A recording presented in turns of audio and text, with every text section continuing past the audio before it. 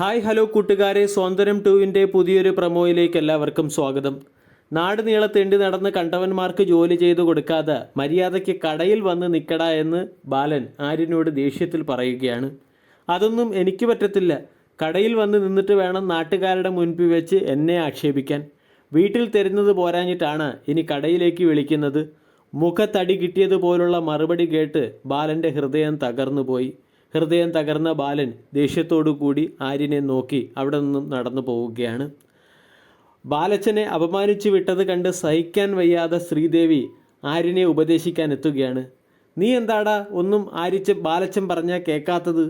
ബാലച്ചൻ എന്തു പറഞ്ഞാലും നീ എന്താ ബാലച്ചനെ കടിച്ചു കീറാൻ നിൽക്കുന്നത്? നിനക്ക് ബാലച്ചനോടൊരു സ്നേഹവുമില്ല, ബഹുമാനവുമില്ല. ഇതൊക്കെ കേട്ട് ആകെ ഡെസ്പായി നിൽക്കുകയാണ് ആര്യൻ. ഈ സമയത്ത് ആര്യനെ ശ്രീദേവിയിൽ നിന്നും രക്ഷിക്കാൻ ഗോമതി വരുന്നു. ശ്രീദേവി, നീ ഇവിടുന്ന് മാറിപ്പോ. ആര്യനെ ഉപദേശിക്കാനും നേർവഴിക്ക് നയിക്കാനും അവൻ്റെ അമ്മയായ ഞാനിവിടെ ഉണ്ട്.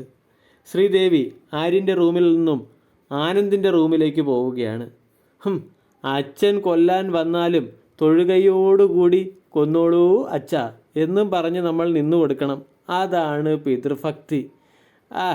ഇതൊരു വല്ലാത്ത രീതിയിലുള്ള എന്നും പറഞ്ഞ് ആര്യനെക്കുറിച്ച് ആനന്ദിനോട് ഏഷണി കയറ്റുകയാണ് ശ്രീദേവി. ഇതെല്ലാം ഒളിഞ്ഞു നിന്ന് ഗോമതി കാണുന്നുമുണ്ട്. സംഭവബഹുലമായ ഒരു എപ്പിസോഡ് വേണം സ്വാതന്ത്ര്യം 2-ലും നമ്മൾ പ്രതീക്ഷിക്കാൻ.